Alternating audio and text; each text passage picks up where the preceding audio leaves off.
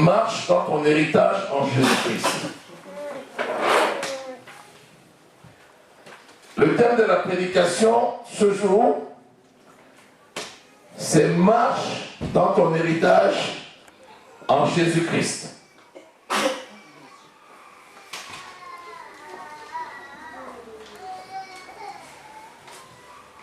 J'aurais pu dire, assois-toi dans ton héritage en Jésus-Christ. Mais je dis, marche dans ton héritage en Jésus-Christ. Parce que Jésus-Christ, c'est un nom, mais Jésus-Christ, c'est aussi un lieu.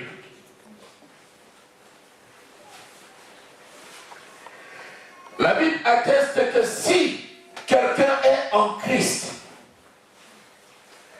si quelqu'un est dans un lieu qu'on appelle Christ, il est une nouvelle création, les choses anciennes sont passées, voici, toutes choses sont devenues nouvelles. Amen. Dieu nous a transportés du royaume des ténèbres pour nous amener dans le royaume du Fils de son amour. Il nous a sortis du monde pour nous amener en Christ, le lieu de la sécurité. Marche dans ton héritage en Christ. Si tu marches dans ton héritage en Christ, tu le fais au nom de Jésus-Christ. Mais c'est en Christ que tu marches dans ton héritage. Marcher, c'est un verbe d'action. C'est quelque chose qui est dynamique. Ce n'est pas quelque chose qui est statique. La nouvelle naissance, c'est quelque chose qui est statique. On est de nouveau une fois. Mais la conversion, c'est quelque chose qui est dynamique. On se convertit tout au long de sa vie spirituelle. Donc celui qui marche dans son héritage en Christ, c'est quelqu'un qui, étant né en Christ, dans ce lieu qu'on appelle Christ, va grandir, va croître, pour aller d'un niveau de gloire à un autre niveau de gloire. Alléluia. Amen. En d'autres termes, prospère en Christ. Amen. En d'autres termes, croît en Christ, grandit en Christ, évolue en Christ. Alléluia. Amen. Donc quand je dis marche dans ton héritage en Christ, ça veut dire il faut qu'il y ait une évolution dans le temps. Et cette évolution est vérifiable, quantifiable. Il faut que tes progrès soient évidents aux yeux de tous. Dit la parole de Dieu. Alléluia. C'est pourquoi le terme de la prédication, c'est marche dans ton héritage en Christ. Amen. Amen. Seigneur Dieu de toute gloire, Dieu de toute miséricorde, Dieu de toute bonté, merci pour ta grâce ce jour. Merci pour ta parole de vie. Merci pour le peuple réuni ici présent. Merci pour l'action de l'Esprit. Dieu le Dieu fidèle, créateur du ciel et de la terre, tu nous as appelés à toi et tu nous as demandé de grandir dans la connaissance de Christ et ainsi de manger les fruits du jardin. Tu es le Dieu fidèle qui parle à ton peuple ce jour. Seigneur, tu ouvres les cœurs au nom de Jésus-Christ. Que tout cœur ici présent reçoive la parole de Dieu. Que cette parole te donne de grandir en Christ et d'aller d'un niveau de gloire à un autre niveau de gloire. Parce que la parole de Dieu s'accomplit et l'Esprit de Dieu agit puissamment au milieu de nous. Tu es le Dieu fidèle qui veille sur ta parole pour l'accomplir. Dans le nom précieux du Seigneur Jésus-Christ, nous avons prié. Amen. Amen. Amen. Tu vas ouvrir la Bible dans le livre de Romains au chapitre 8.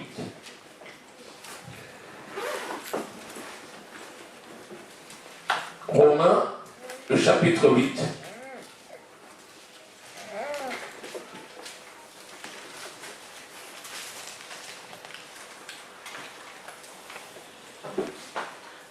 Nous allons lire à partir du verset 12.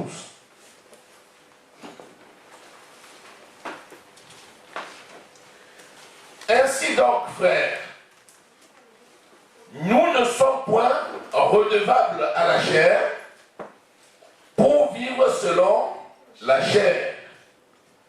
Si vous vivez selon la chair, vous mourrez. Mais si par l'esprit vous faites mourir les actions du corps, vous vivrez. Car tous ceux qui sont conduits par l'esprit sont fils de Dieu. Et vous n'avez point reçu un esprit de servitude pour être encore dans la crainte, mais vous avez reçu un esprit d'adoption par lequel nous crions Abba Père. L'Esprit lui-même rend témoignage à notre esprit que nous sommes enfants de Dieu. Or, si nous sommes enfants de Dieu, nous sommes aussi héritiers de Dieu et co-héritiers de Christ. Si toutefois nous souffrons avec lui afin d'être glorifiés avec lui. Alléluia. Amen. L'Esprit lui rend témoignage à notre esprit que nous sommes enfants de Dieu. Le verset 16 et au verset 17. Or, si nous sommes enfants, nous sommes aussi héritiers. Un enfant est héritier. Si je suis enfant, donc je suis héritier. Je suis héritier de Dieu. Et je suis héritier joint à Christ. Co-héritier, c'est héritier joint à. Co-héritier, c'est héritier joint à. Ça veut dire que le même héritage que j'ai reçu, je l'ai reçu en Christ. Parce que ce que Christ a reçu, il m'a donné. C'est ce qu'il dit dans Jean 17. Père, tout ce que tu m'as donné, je leur ai donné. Amen. Et il nous a donné quoi? L'héritage. Et cet héritage, c'est en Christ. Vous savez, pour qu'on parle d'héritage, il faut qu'on parle de testament. Pour qu'on parle de testament, le testament entre en vigueur lorsque l'auteur du testament est mort. On peut écrire son testament de sa vie, pendant sa vie, mais ce testament va rentrer en vigueur dès lors qu'on est mort. Si le testament est écrit et même déposé chez un notaire, il restera chez le notaire jusqu'à ce que le rédacteur du testament décède. La Bible nous a donné la parole de Dieu qui est contenue dans le Nouveau Testament. Le Nouveau Testament, c'est l'accomplissement de l'Ancien Testament. Le Nouveau Testament et l'Ancien Testament sont un seul et même testament qui se manifeste à des étapes et à des périodes différentes. Il n'y a rien de nouveau sous le soleil. Ce qui est écrit, ce qui est, c'est ce qui a été. Et il a donc fallu que le testament qui nous a été légué rentre en vigueur dès lors que Christ est mort. Par sa mort, il nous a rendus héritiers de Dieu. Et par sa résurrection, il nous a rendus co-héritiers de Dieu avec lui-même. Alléluia. Amen. Bien. Donc, nous avons reçu le testament. Le testament, c'est la parole de Dieu. Ce testament que nous avons reçu nous stipule très bien que nous sommes héritiers. tant qu'héritier, il a là-dedans des articles et des chapitres et des articles qui relatent tout notre héritage. En sorte que toi qui es devenu héritier et héritier joint avec Christ, nous avons dans le testament l'ensemble de l'héritage qui nous est échu, la bonne part qui nous est accordée. Il dit un lot important mais accordé. La bonne part mais accordée. Vous savez, lorsque un père veut léguer l'héritage, il va prendre cet héritage et il va le diviser. Il va donner une portion d'héritage à chacun des enfants. Ça, c'est comme ça que l'homme fait. Et dans l'Ancien Testament, l'aîné devait avoir une double portion. C'est-à-dire que s'ils étaient 5, on devait diviser l'héritage en 6. Et on devait donner 2 sixièmes à l'aîné et après donner 1 sixième à chacun. Amen. Quand Christ est mort, il a accompli cette parole en ce que l'ensemble de l'héritage qu'il a reçu, il l'a légué à chacun des héritiers. En sorte que chaque héritier n'a pas une portion comme cela est fait selon la loi, mais chaque héritier a reçu la plénitude de l'héritage. Donc tout l'héritage que nous avons reçu, c'est le même héritage que Christ a reçu et qui nous a légué. Donc nous sommes héritiers de Dieu et héritiers joints à Christ, parce que Christ n'est pas mort et resté dans le tombeau. Il est mort et il est ressuscité. Étant vivant, il est co-héritier avec nous. Alléluia. Amen. Maintenant, nous avons reçu cet héritage. Nous l'avons dans la main. Il va falloir maintenant que nous produisions, que nous transformions, que nous capitalisions sur l'héritage que nous avons reçu, que nous le faisons fructifier. Et c'est ça notre mission. La seule façon de fructifier cet héritage, c'est d'être dynamique. Parce que si quelqu'un est statique, il est comme cet héritier qui a reçu un talent et au lieu de le fructifier en le faisant travailler, il a creusé la terre et il est parti l'enfouir. Donc, notre héritage qui a été légué, c'est notre responsabilité de dynamiser cet héritage et d'en jouir des fruits. Amen. Si cet héritage est mis à disposition et nous n'en jouissons pas des fruits, c'est notre responsabilité. Écoutez, Dieu le Père, dans son amour parfait, a donné son Fils. Son Fils s'est donné en sacrifice, afin que quiconque croit en lui ne périsse point, mais qu'il ait la vie éternelle. Donc l'héritage que nous avons reçu, c'est la vie éternelle en Jésus-Christ. Et quand on dit la vie éternelle en Jésus-Christ, la plupart des personnes voient immédiatement quelqu'un qui va vivre sur cette terre et même jusqu'à sa mort et il ira au ciel. Les gens se limitent à ça. Alors que le royaume des cieux est au milieu de nous. Le royaume des cieux est au milieu de nous. Le royaume des cieux est au milieu de nous. Lisons Tite au chapitre 3, le verset 7. Tite 3, le verset 7.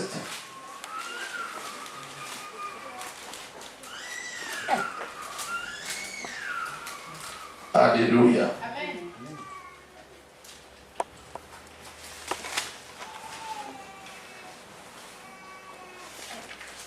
Quand je lis à partir du verset 3 d'ailleurs. Car nous aussi, nous étions autrefois insensés, désobéissants, égarés, asservis à toute espèce de convoitise et de volupté, vivant dans la méchanceté et dans l'envie, dignes d'être haïs et nous haïssant les uns les autres, mais lorsque la bonté de Dieu, notre Sauveur, et son amour pour les hommes ont été manifestés, il nous a sauvés, non à cause des œuvres de justice que nous aurions faites, mais selon sa miséricorde, par le baptême de la régénération et le renouvellement de l'esprit, qu'il a répandu sur nous avec abondance par Jésus-Christ notre Sauveur, afin que, justifiés par la grâce, nous devenions en espérance héritiers de la vie éternelle. Il y a un état dans lequel le monde entier était plongé, dans le mal, dans le péché, sans exception. Mais la grâce de Dieu s'est manifestée en ce qu'il nous a sortis de la boue pour nous amener dans son royaume, faisant ainsi de nous des héritiers de Dieu par la grâce, nous donnant la vie éternelle par la grâce. Notion fondamentale. La vie éternelle n'a pas été donnée parce que nous aurions mérité quoi que ce soit. Ce n'est pas à cause de notre propre justice, loin de là. Mais c'est à cause de sa propre justice. Donc, Dieu nous a sauvés par Jésus-Christ, non pas parce que nous méritions, mais essentiellement parce qu'il nous a donné la grâce. La grâce, c'est ce que l'on n'a pas mérité. Et donc, par cette grâce, nous avons reçu la vie éternelle. Et cette vie éternelle, c'est ce qui constitue l'ensemble de notre vie dès à présent. C'est-à-dire la vie dans tout ce que nous faisons. Il y a la notion de dynamique, la notion de marcher dans son héritage en Jésus-Christ. Si tu es héritier, et que tu laisses les affaires de ton père qui te sont confiées, stockées, là où tu les as trouvées, tu penses que le matériel va s'assembler lui-même pour former des choses? Tu arrives, tu trouves qu'il avait, comme David, il avait préparé tous les ingrédients, de l'or, de l'argent, du fer, du diamant, des pierres précieuses, tout ce qu'il fallait pour bâtir le temple. Et Salomon arrive, il trouve tout ça. Si Salomon arrive, il croise les bras. Vous croyez que le temple va se bâtir tout seul? Dieu a mis à disposition auprès de Salomon non seulement tout le matériel, mais Dieu a mis à disposition les techniciens, chacun selon sa compétence. Lisez. Lorsque Salomon est arrivé, Dieu avait déjà prévu non seulement tout le matériel, mais il avait prévu les hommes. Et il avait prévu les hommes, chacun selon ses capacités. Certains qui étaient forts pour faire le sol, d'autres pour faire la lumière, d'autres pour faire les murs. Salomon avait tous les ingrédients nécessaires. Mais il fallait que Salomon lui-même prenne la décision de mobiliser ses troupes et d'envoyer au chantier chacun de ses membres. Sinon, le temple de l'Éternel n'aurait jamais été bâti. Or, nous aujourd'hui, nous sommes héritiers de Dieu et héritiers joints à Christ.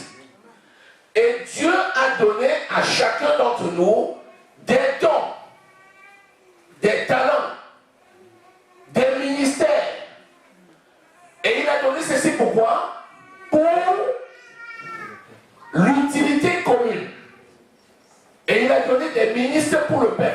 des saints. Donc nous avons reçu chacun, au moment de notre appel, des compétences qui sont dynamisées en nous par le Saint-Esprit, et c'est à chacun de mettre sa compétence à l'œuvre pour qu'ensemble nous puissions bâtir un temple au Seigneur en sachant que chacun d'entre nous est une pierre et nous formons tous ensemble une maison spirituelle. Alléluia. Donc, l'héritage que nous avons reçu, nous ne pouvons pas le faire indépendamment les uns des autres. Mais cet héritage n'aura de valeur que parce que nous dynamisons, parce que nous nous levons, parce que nous marchons dans cet héritage pour le fructifier et nous l'utilisons pour la gloire de Dieu. Alléluia. C'est tellement important de comprendre que tu es héritier. Si en tant qu'héritier, tu as reçu un héritage comme ce que nous avons reçu, la vie éternelle, le Saint-Esprit qui est venu habiter en nous, c'est ça l'héritage que nous avons reçu. Tu as reçu le Saint-Esprit. Tu te comportes comme quelqu'un qui n'a pas reçu le Saint-Esprit. Comment se comporter comme quelqu'un qui n'a pas reçu le Saint-Esprit? Le Saint-Esprit t'apporte quoi? Toute la vérité. Le Saint-Esprit t'apporte toute la connaissance. Le Saint-Esprit t'apporte la force. Il t'apporte l'intelligence. Il t'apporte la sagesse. Il t'apporte tous les attributs qui sont dans Ésaïe 11, le verset 2. Tu reçois ceci en toi et tu n'en fais pas usage. Si tu n'en fais pas usage, avec quoi le monde saura-t-il que tu as reçu? La Bible dit, nous sommes le sel de la terre, la lumière du monde. Si le sel perd sa saveur, avec quoi la lui rendra-t-on? Puisque la Bible dit que nous sommes dans ce monde et nous sommes le sel et c'est nous qui assaisonnons le monde. Assaisonner comment? Parce que nous venons avec la révélation pour donner un sens et pour aider. C'est pourquoi notre vie, c'est un don. Notre vie, c'est un don pour le monde. Nous sommes un don pour notre environnement. Nous sommes un don pour nos familles. Nous sommes un don pour nos amis. Nous sommes un don. Et nous qui sommes un don, nous venons pour transformer les autres. Nous venons pour leur donner le sens de la vie. Et si tu arrives toi-même, au lieu de répandre l'odeur de vie, si tu répands l'odeur de mort, avec quoi les gens recevront-ils la vie? C'est pourquoi tu dois être conscient que nous sommes la solution. Nous ne sommes pas un problème. Nous sommes la solution. Chacun ici est la solution au cri des milliers de personnes dans ce monde. Tu es la solution au cri des personnes qui sont dans ta famille, des personnes qui sont dans ta ville, des personnes qui sont dans ton pays, des personnes qui sont dans ton village. Tu es la solution au cri des milliers de personnes. N'as-tu pas donc conscience? Soyons concrets. J'ai reçu le Saint-Esprit et j'arrive quelque part dans un lieu où il y a le trouble. Parce que les gens ne veulent pas se voir. Parce que les gens se haïssent. Et moi j'arrive. Qu'est-ce que je vais apporter? La paix. Parce que je suis le prince de la paix. Christ vit en moi. Christ, c'est mon héritage. C'est l'héritage que j'ai reçu. Cet héritage, c'est pour aller consoler. Ésaïe 61. L'Esprit de l'Éternel, mon Dieu, est sur moi. Parce qu'il m'a oint. Pour faire quoi? Pour délivrer les captifs. Pour libérer les opprimés. Pour les affligés. Les affligés de Sion et les affligés de l'extérieur. Donc quand j'arrive, je dois avoir des paroles assaisonnées de sel.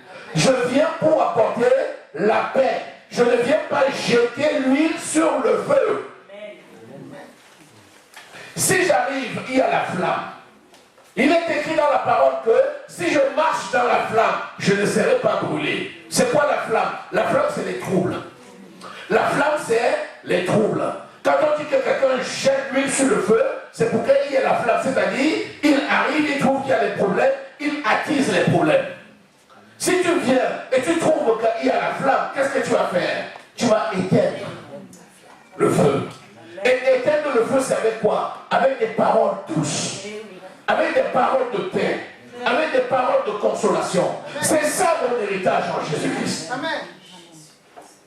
Tu arrives dans un endroit, tu trouves les personnes qui sont paresseuses, qui ne veulent pas travailler ou qui ne savent pas travailler. Tu as la compétence requise pour les aider, pour leur montrer ce qu'ils doivent faire, pour pouvoir manger, pour pouvoir travailler et manger. Tu arrives dans un endroit, tu as ce savoir-faire. Tu dois apporter et donner ce savoir-faire. Tu dois former les gens pour qu'ils aient la connaissance. Et tu vas les élever pour qu'ils puissent travailler par leurs mains et vivre par le produit de leurs mains. Mieux encore, comme Paul le dit, tu vas travailler de tes propres mains pour pouvoir aux besoins des autres. Amen. Alléluia. Amen. J'ai reçu un héritage parfait en Christ. Un lot merveilleux mais attribué. Regardez un peu le monde. On arrive et on distribue les lots. On te donne un lot, on donne un lot à Maman Célestine, on donne un lot à chacun. Est-ce que dans le sous-sol là, est-ce qu'il y a forcément la même chose sur le lot de chacun? On peut trouver le pétrole sur le terrain de l'un. On peut trouver l'or sur le terrain de l'autre. On peut trouver le diamant sur le terrain d'un troisième. On peut ne rien trouver sur le terrain d'un quatrième. La parole de Dieu me dit qu'une bonne portion m'a été accordée. Cette bonne portion, c'est la meilleure des portions, c'est-à-dire l'Esprit de Dieu qui m'a été donné et qui habite en moi. Parce que l'Esprit de Dieu n'échoue jamais. Donc j'ai reçu la meilleure portion afin que dans la concession où je suis, je puisse élever les uns et élever les autres. Et c'est ça, marcher dans son héritage. La Bible dit que le monde entier attend avec un ardent désir la révélation glorieuse des fils de Dieu. Pourquoi? Parce que ce que tu as reçu comme héritier, il faut que tu le donnes. Mais pour le donner, il faut déjà toi-même marcher dans ton héritage. Amen. Parce que c'est parce que tu as marché dans ton héritage, c'est bon, que les autres vont recevoir cet héritage. Imagine, toi, tu as quelque chose, tu dis, ça c'est bon. Je te donne. La personne te dit, mais pourquoi tu n'utilises pas toi-même? C'est comme il y a des gens par internet qui écrivent pour dire, j'ai un héritage, je veux t'envoyer cet héritage. Malheureusement, j'ai reçu un héritage et j'ai une grave maladie. Et les médecins ont dit que je suis condamné. Et je veux vraiment que tu reçoives cet héritage pour faire du bien autour de toi. Et tu ne vois pas toi-même que tu as un problème. Tu es dans un pays où les gens n'ont même pas à manger. Tu écris à quelqu'un en France pour lui dire que tu as l'héritage et que c'est à lui que tu l'as envoyé. Commence par manger toi-même ton héritage et tu donnes à tes frères qui sont à côté. Amen. Amen. Je vous regarde parce que c'est l'escroquerie sur Internet. Je vous envoie un message pour dire à la banque que j'ai un dépôt d'argent. C'est un héritage, mais malheureusement, je suis malade. Donc j'ai à cœur le Saint-Esprit. Souvent ils disent même que le Saint-Esprit les a mis à cœur. Non. Toi, marche déjà dans ton héritage. Ensuite, partage cet héritage avec les autres pour les élever. Alléluia. C'est tellement important. Nous ne sommes pas de ceux qui se plaignent de grâce. Nous ne sommes pas de ceux qui nous plaignons. La Bible dit quoi? Jésus lui-même, il dit qui, par ses inquiétudes, peut ajouter une simple coudée à sa vie? Qui, par ses inquiétudes, peut ajouter une simple coudée, peut ajouter 1 centimètre, peut ajouter 5 minutes, peut ajouter 2 secondes à sa vie? Plus tu es inquiet, plus tu vas te miner et te ruiner, plus tu vas mourir parce que tu as des maladies. Et il dit, ne vous inquiétez de rien. Mais en toute chose, faites connaître vos besoins à Dieu. Par des prières, par des supplications, avec des actions de grâce. Un héritier, c'est quelqu'un qui passe son temps à faire des actions de grâce, qui est pris et qui marche dans son héritage. Tu viens dire à quelqu'un, je viens te donner ceci. Lui-même, il te regarde, il dit, mais toi, tu en as besoin. Tu n'as pas remarqué que tu en as besoin. Tu vois qu'il y a un problème, non? Il dit, fais-en usage toi-même. Et quand les gens vont voir sur toi, ils recevront. C'est ce que Paul dit encore à Timothée. Il dit, Timothée, sois un exemple en toutes choses. En pensée, en parole et en action. Pourquoi? Parce que dès lors que Timothée agit et que les gens voient, ils feront comme lui. C'est ça, être héritier. Alléluia. Amen. Nous sommes héritiers. Nous sommes héritiers. Et nous devons rester héritiers. Et notre héritage doit servir à élever les autres. Disons Romains, au chapitre 6.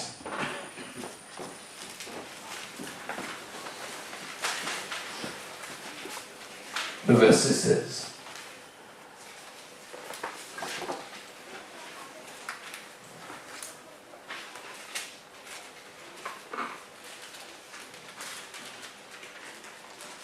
Non, Romains 4, verset 16.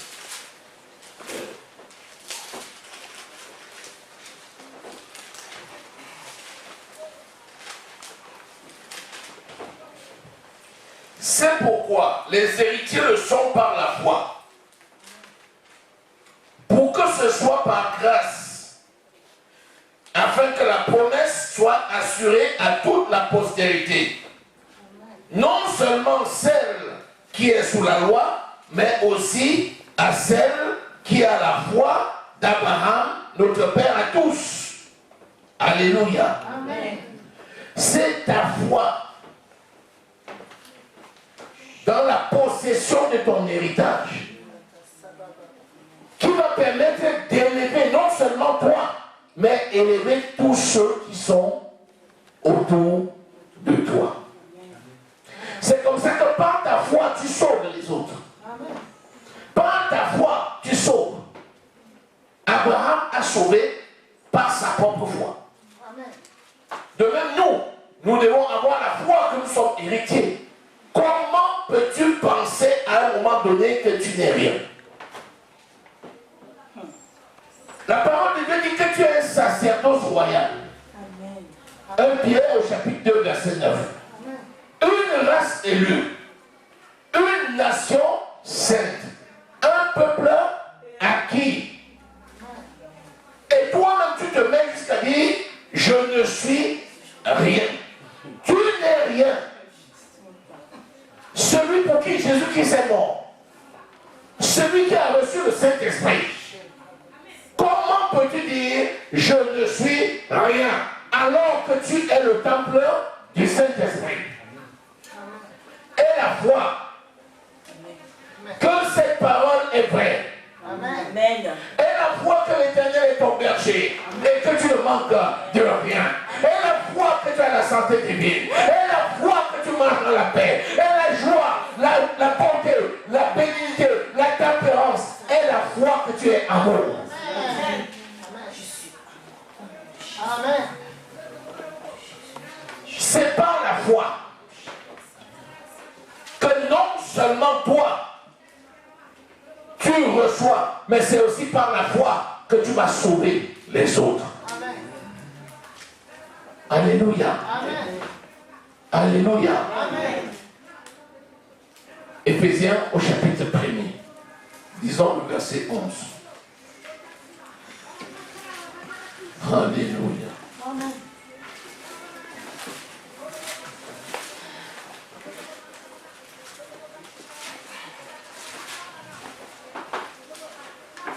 Éphésiens 1er verset 11. En lui, Jésus, nous sommes aussi devenus héritiers, ayant été prédestinés, Amen. suivant la résolution de celui qui opère toutes choses d'après les conseils de sa volonté. Il nous a prédestinés. Ça veut dire quoi? Ça veut dire que dès la fondation du monde, c'était déjà sa volonté que tous les êtres humains marchent dans un héritage parfait. Amen. Il dit, il veut que tous les hommes parviennent à la vérité et soient affranchis. Et pourquoi? Le verset 12, il dit, afin que nous servions de louange à la louange de sa gloire. Nous qui d'avance avons espéré en Christ, en lui aussi.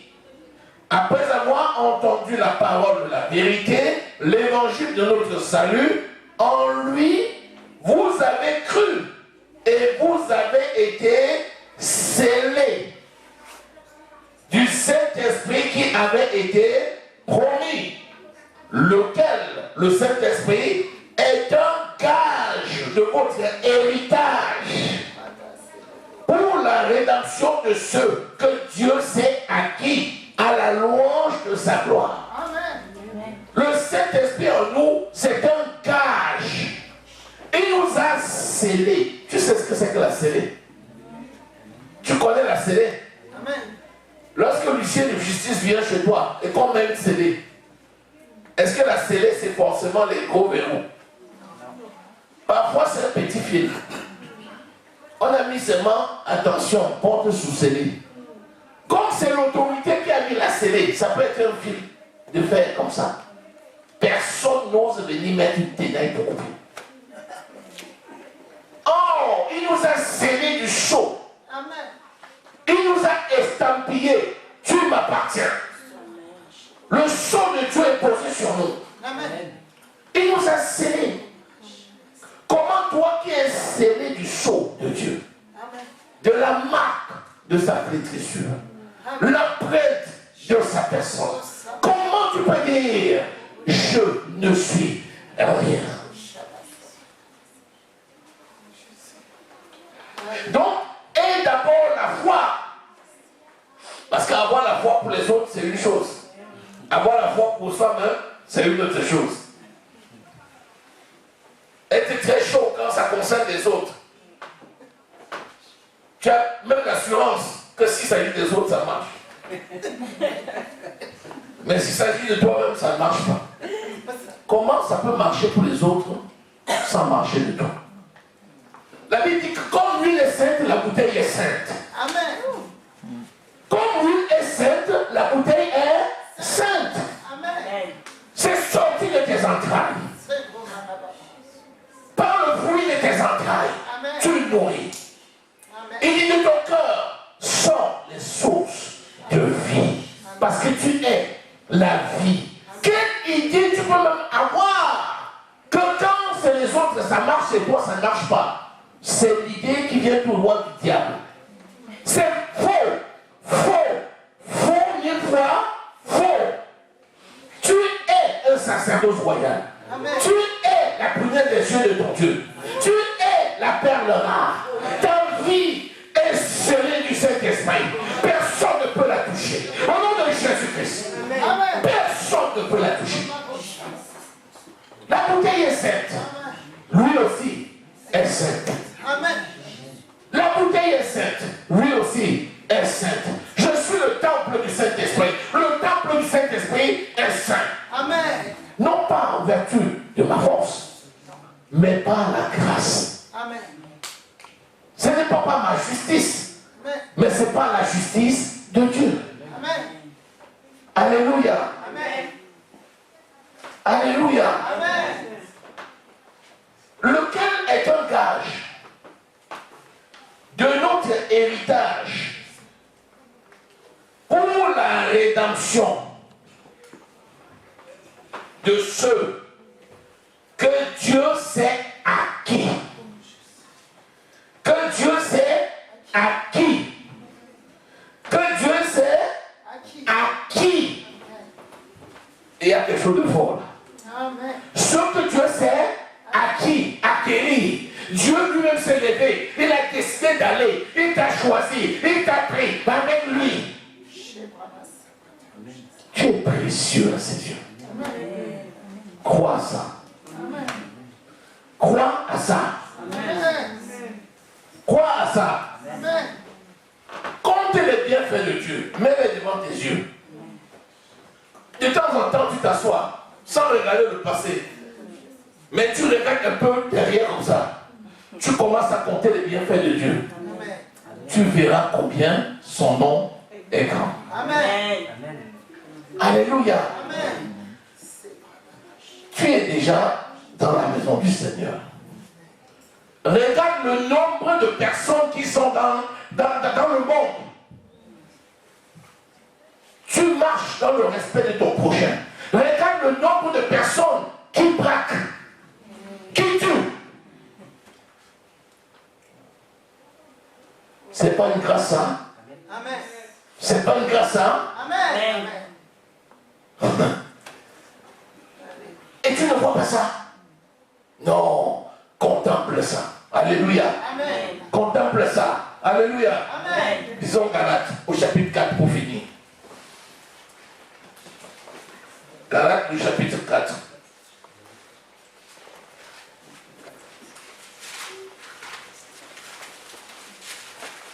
Écoutez, Galates 4. Vous savez, quand quelqu'un écoute souvent tout ce discours, il dit, moi je ne suis qu'un enfant. Le pasteur dit ça parce que c'est le pasteur. Moi je suis un enfant, je suis né quand? Quand je serai comme le pasteur, je peux aussi dire, qui t'a trompé? Tu es puissant. Amen. Dis je suis puissant. Je suis puissant. Dis je suis puissant. Je suis puissant. Dis je suis puissant. Je suis puissant. Tu es scellé du sang de Dieu. Amen. Amen. Ce n'est pas parce qu'un enfant spirituel a le comportement d'un enfant spirituel qui n'est pas héritier.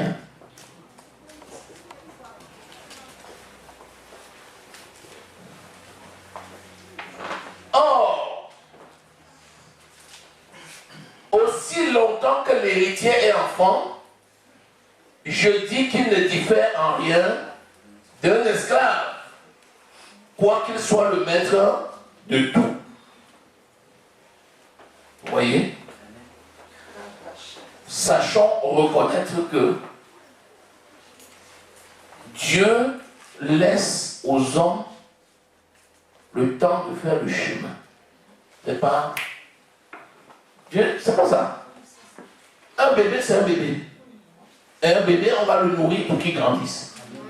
C'est une loi divine. Bien sûr que Dieu peut donner un don spécifique à quelqu'un qui, de façon inopinée comme ça, fait des choses extraordinaires. Pourquoi pas? Mais en général, quand il appelle, tu es un bébé. Quand tu manges, tu grandis. Après, tu deviens ado, puis adulte, un grand. Avant, tu parlais comme un enfant parce que tu étais enfant. Après, tu parles comme un grand parce que tu es un grand.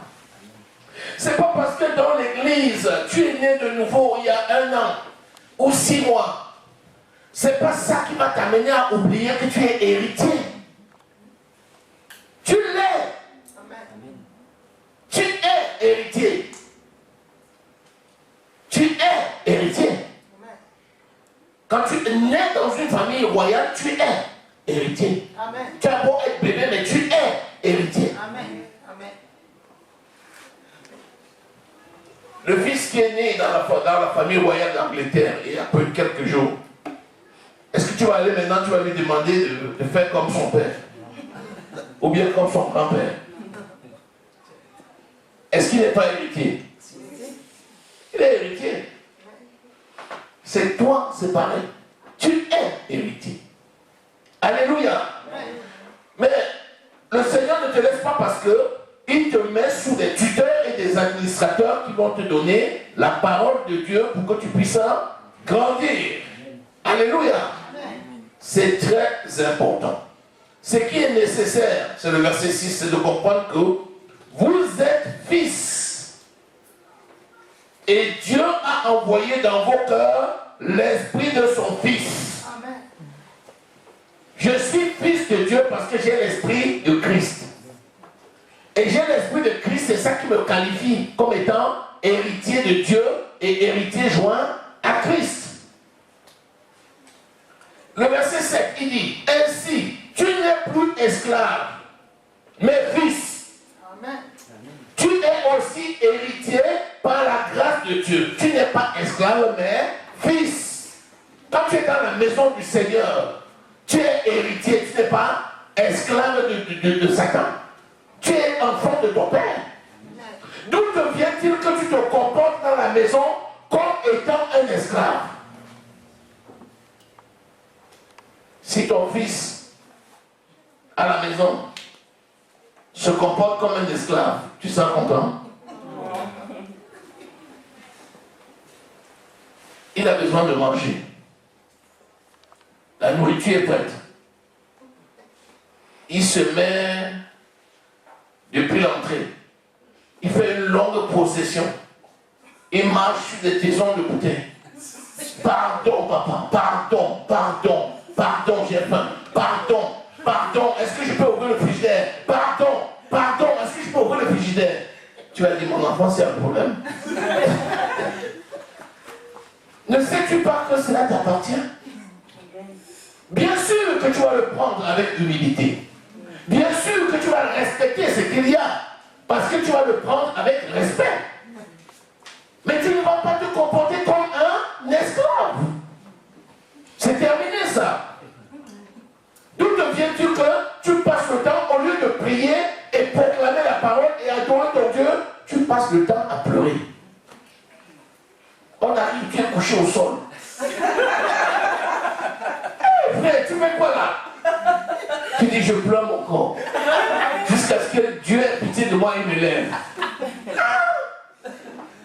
Tu es couché comme ça depuis le matin? Oui. Non, si c'est moi, je vais te dire ta main, il dit non, lève-toi. Je n'accepte pas. Alléluia. En réalité, c'est ce que nous faisons. Nous sommes là pour élever nos frères.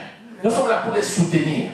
Tu arrives, tu le prends coucher comme ça. Tu tiens sa main, tu le lèves, tu le fais asseoir. Et tu lui dis qu'il est héritier. Amen. Alléluia. Amen. Alléluia. Amen. C'est tellement important de ne pas te comporter comme un mendiant. Nous ne mentions pas. Nous ne mentions pas. Nous ne mendions pas à notre Dieu. Non, c'est notre droit. Je m'en vais en toute humilité devant le Père. Et je fais connaître mes besoins. Pourquoi tu rases les murs? C'est quoi? Tu sais toi le propriétaire de la maison. Ah, le père dit, tu vois, tout ça, tu crois que si c'était que moi, j'allais faire tout ça? J'ai pas besoin de tout ça. Ça c'est pour vous. Moi, telle chose m'aurait suffi. Hein. J'aurais construit mon petit F2, ça m'aurait largement suffi. Mais je construis un palais. Vous voyez que je fais pas avec un palais? C'est pour vous les enfants. Alléluia. Ah, c'est merveilleux. Amen. Amen. Amen. Amen. Je lis juste le verset 9 et j'arrête.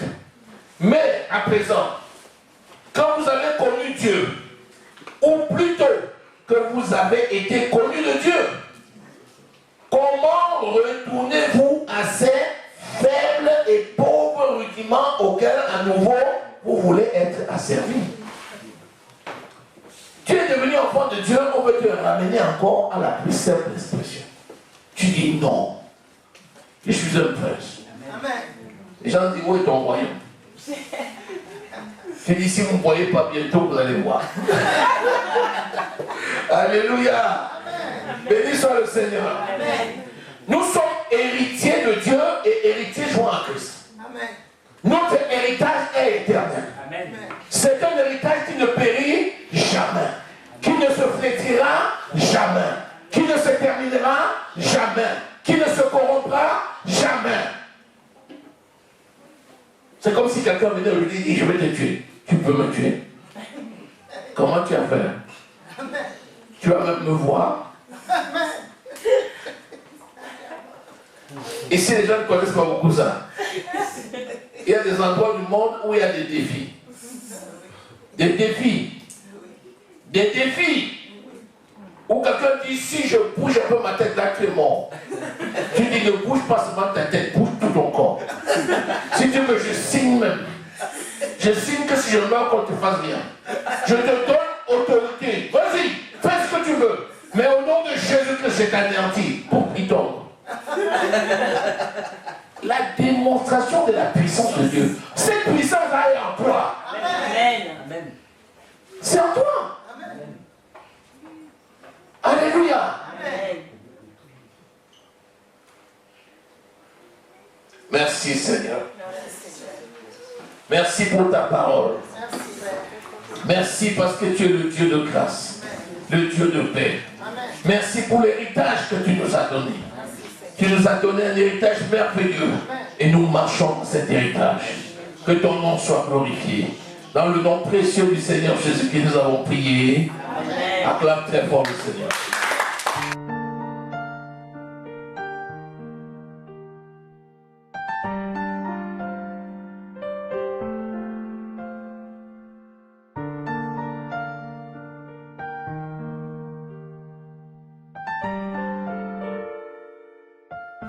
Il